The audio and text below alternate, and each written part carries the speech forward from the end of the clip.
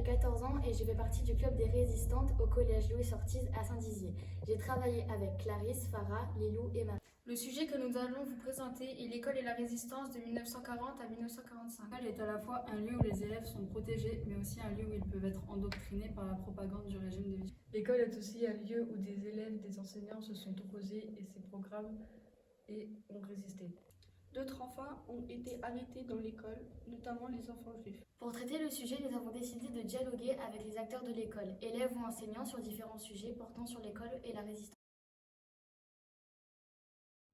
Nous souhaiterions aborder tout d'abord le thème « L'école des jours sombres ». Vous avez suivi une formation pour devenir enseignant.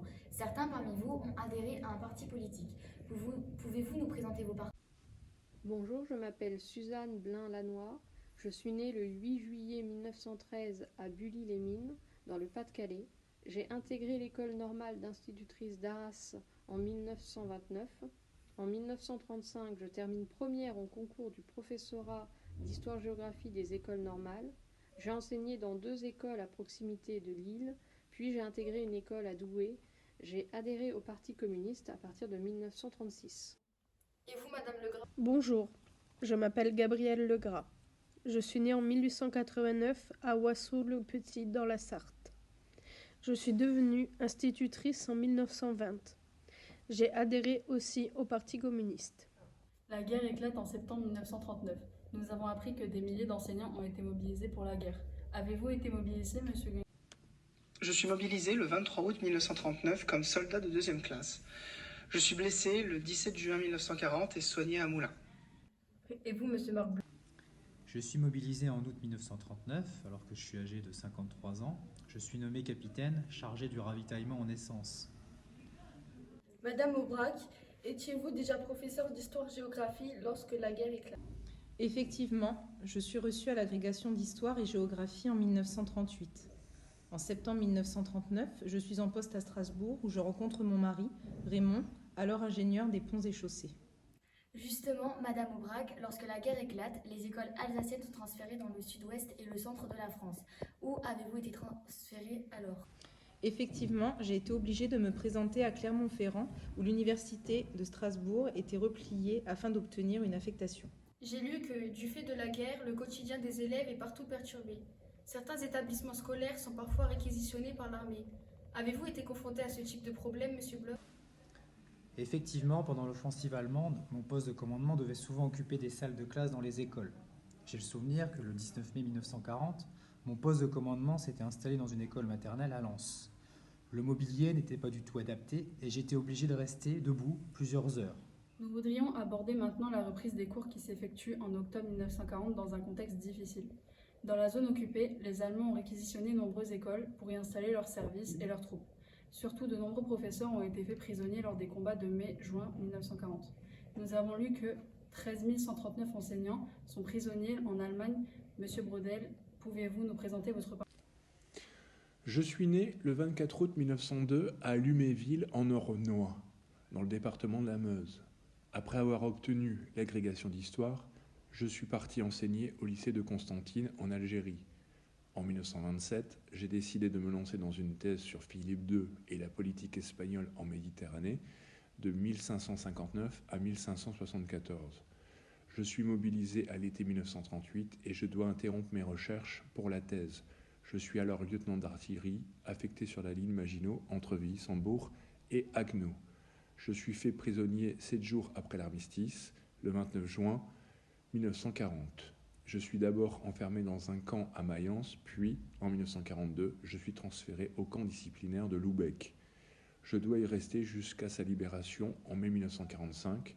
J'en ai profité pour rédiger ma thèse de mémoire sans mes fiches.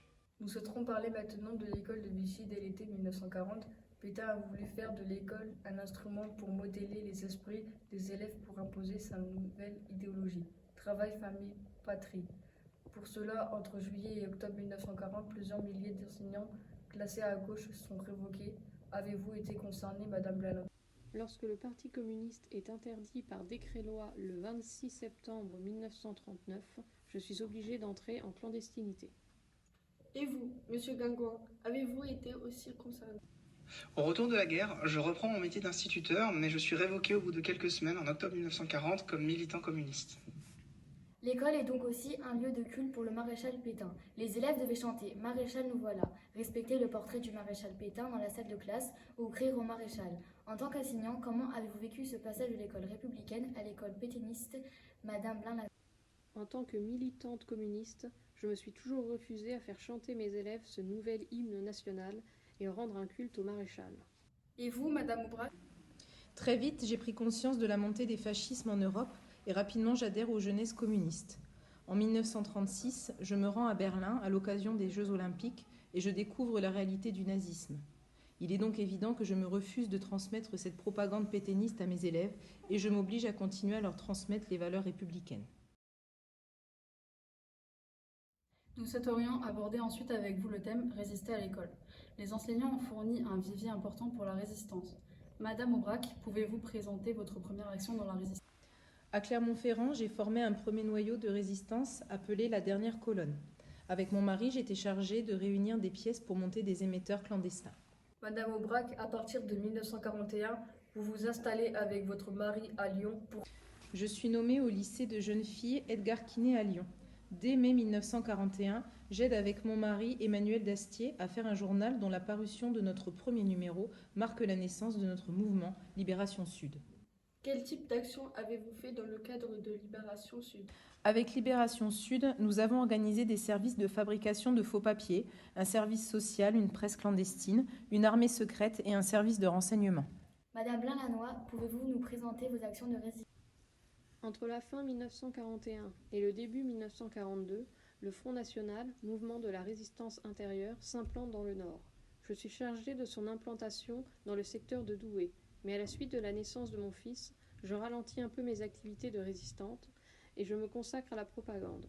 Je rédige le journal Front National des instituteurs du Nord et du Pas-de-Calais, La Pensée française, destiné surtout aux enseignants. En milieu rural, les instituteurs constituaient souvent la cheville ouvrière des premiers noyaux de résistance. Monsieur Guingouin, pouvez-vous nous présenter vos actions? Dans mon village, j'étais aussi secrétaire de mairie. Je pouvais alors faire de faux papiers. Entre 1941 et 1942, je dois m'exiler en Corrèze, où j'organise différents types d'actions, comme par exemple des vols de cartes d'alimentation. De retour en Haute-Vienne, en 1943, j'organise plusieurs sabotages, notamment la destruction d'un viaduc à Bussy-Varache le 13 mars 1943. Monsieur Guingouin, à partir de 1944, vous êtes l'acteur clé de résistance en Haute-Vienne. J'ai appris qu'au lendemain de la libération de Limoges, vous aviez sous vos ordres 20 000 combattants. Effectivement, à partir de 1944, j'organise progressivement les différents maquis en Haute-Vienne. À plusieurs reprises, dès janvier 1944, nous affrontons les forces de l'ordre de Vichy. Et le 3 août 1944, je deviens le responsable départemental des FFI de Haute-Vienne et j'organise avec mes hommes la libération de Limoges. Venons-en maintenant à la résistance des élèves. Madame Veil, il me semble que vous vous êtes opposée à votre père qui voulait se faire recenser. Pouvez-vous nous raconter cet épisode? Le 4 octobre 1940, le gouvernement de Pierre Laval met en place le premier statut des Juifs et les oblige à se faire recenser. Je comprends alors que cette mesure peut être fatale à notre famille. Pourtant, mon père effectue les démarches, car il ne pense pas alors que les Juifs aient quoi que ce soit à craindre. Nous avons appris que les persécutions raciales n'ont pas épargné les enfants juifs. Les Allemands et le régime de Vichy ont organisé de nombreuses rafles et des établissements scolaires ont tenté de sauver ces enfants. Madame Perrier, vous avez été institutrice à Isieux. Pouvez-vous nous expliquer votre expérience?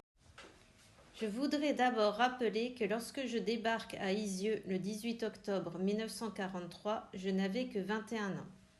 J'apprends que cette grande maison blanche, située dans un hameau au fin fond du département de l'Ain, sert de refuge aux enfants juifs arrachés de haute lutte au camp d'internement de Vichy. J'ai pour mission de leur donner une instruction dont ils ont été privés pendant des mois. Calcul et écriture le matin, grammaire et lecture l'après-midi. En tout, j'avais une 40aine d'élèves. Quelles étaient les conditions de vie de ces élèves? Le confort de la maison était limité. Il n'y avait ni chauffage ni eau courante. L'école avait réussi à récupérer des lits, des couvertures, des tables et des ustensiles de cuisine. Une 40aine de cartes d'alimentation avaient été récupérées. mais elle ne suffisait pas à nourrir tous les enfants. De nombreux villageois vont nous offrir gracieusement de la nourriture pour les enfants. Le 5 avril 1944, vous quittez la maison d'Isieux pour les vacances de Pâques. Quelques heures plus tard, vous apprenez que les enfants ont tous été arrêtés par les nazis. Pouvez-vous nous raconter ce douloureux épisode ? Après un hiver glacial, c'est l'heure des vacances pascales. Au revoir, mademoiselle, entonnent les enfants cette journée du 5 avril 1944. Je pars alors me reposer à mon domicile à Belay, à 15 km de là. Le lendemain, la colonie prend son petit déjeuner quand 2 camions réquisitionnés sur ordre de Klaus Barbie arrivent. Sous l'œil de 2 officiers SS, 15 soldats de la Wehrmacht embarquent les 44 enfants et les 7 moniteurs. Ils sont conduits au fort de Montluc à Lyon, internés à Drancy, puis partent pour un aller sans retour à Auschwitz. Comment êtes-vous informé de cette arrestation ? Je suis informée de la rafle quelques heures plus tard, alors que je faisais mes courses au marché de Belay. Sous le choc, je m'enferme chez moi quelques jours, terrorisée. Je reviens ensuite à Isieux et je découvre une salle de classe saccagée par les nazis. La terre a basculé sous mes pieds. Enfin, nous aimerons aborder avec vous comment l'école de demain a été pensée pendant la guerre. La France libre veut supprimer le caractère élitiste et le recrutement bourgeois de l'enseignement secondaire. Monsieur René Cassin, le général de Gaulle, vous confie, dès l'été 1940, la responsabilité des questions intellectuelles et juridiques. Pouvez-vous nous présenter votre travail ? Effectivement, le général de Gaulle me fait l'honneur de me confier cette mission. En septembre 1941, je préside un commissariat à la justice et à l'instruction publique. Je décide de confier alors à Joseph Catala, professeur de chimie à l'université de Toulouse avant la guerre, le soin de réfléchir à l'étude des problèmes intellectuels et de l'enseignement, qui travaille de juillet 1942 à juillet 1943. Que propose alors cette commission Catala ? Elle fait une proposition totalement révolutionnaire pour l'époque, de créer une école unique et de rendre obligatoire l'enseignement secondaire.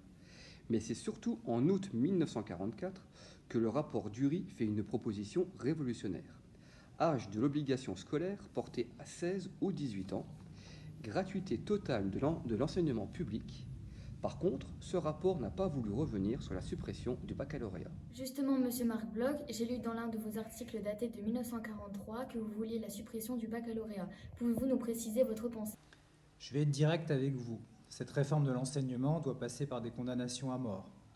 D'abord le bac, il faudra conserver des procédés de sélection, mais plus rationnellement conçus et en nombre plus restreint. Je propose aussi de ramener l'échelle des notes à 5 grandes catégories. 1, très mauvais, 2, mauvais, 3, passable, 4, bien, 5, très bien. C'est un peu de cette manière que nous sommes évalués en 3e pour la validation du socle commun basé sur 8 domaines et évalués de la manière suivante. Maîtrise insuffisante, 10 points. Maîtrise fragile, 25 points. Maîtrise satisfaisante, 40 points. Très bonne maîtrise, 50 points. Justement, face aux critiques formulées contre l'enseignement secondaire, que proposez-vous concrètement ? Si en 1943, je souhaite réformer l'enseignement secondaire, c'est que je le veux beaucoup plus ouvert. Je ne suis pas contre un examen d'entrée, mais basé alors sur l'intelligence et non sur la connaissance. Je demande aussi une discipline plus accueillante dans des classes moins nombreuses. Au lieu de vouloir uniformiser l'enfant, il faudra davantage cultiver ses goûts. Je souhaite aussi que les élèves aient une plus grande liberté dans le choix des options. Pourquoi imposer le latin et le grec à des élèves qui ne le souhaitent pas et les dégoûter de l'apprentissage ? Si je vous comprends bien, en 1943, vous évoquez l'urgence d'une réforme de fond de l'enseignement. Sur quoi doit-elle se reposer ? Pour résumer, je déplore surtout la culture du bachotage, la manie examinatoire, la négligence du sens critique, la culture de l'élitisme, le manque d'ouverture sur le monde ou les applications concrètes. Des caractéristiques du système éducatif français qui joue contre le pays, altérant gravement son rayonnement international, préparant mal aux enjeux cruciaux de la recherche scientifique et encore moins à l'adaptation au changement.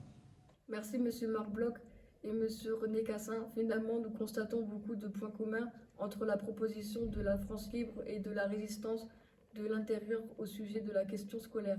L'idée principale sur laquelle vous assistez est celle de la démocratisation de l'école, notamment de l'enseignement secondaire. Nous aimerons terminer notre dialogue sur le retour à l'école des enseignants. Madame Aubrac, pouvez-vous nous raconter votre retour à l'école après la guerre ? De Gaulle me charge d'instaurer les comités départementaux de libération. Je deviens membre de l'Assemblée consultative du gouvernement provisoire de la République française. En 1945, je pars à Paris car mon mari doit quitter son poste. Je choisis alors de reprendre mon enseignement d'histoire. J'ai l'envie de raconter aux enfants l'histoire et leur apprendre les valeurs, la culture de paix et de non-violence. Et vous, monsieur Guingouin, pouvez-vous nous raconter votre retour à l'école après-guerre? Mon retour à l'école se fait bien plus tard que celui de Madame Aubrac.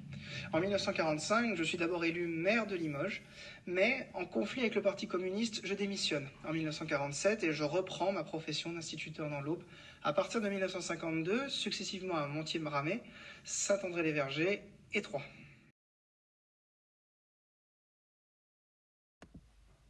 Ma petite maman chérie, mon tout petit frère adoré, mon petit papa aimé.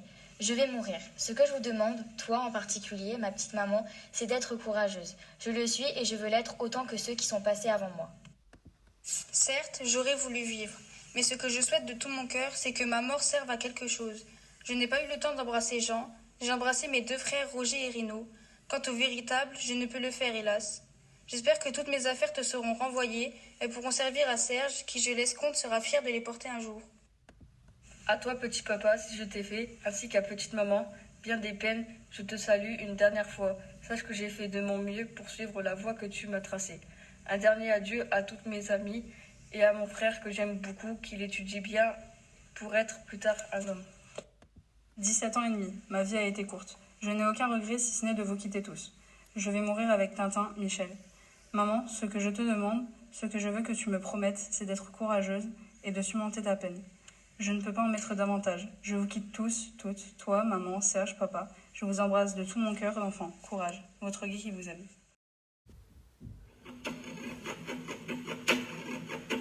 Amis, entends-tu le vol noir des corbeaux sur nos plaines? Amis, entends-tu les cris sourds du pays qu'on enchaîne?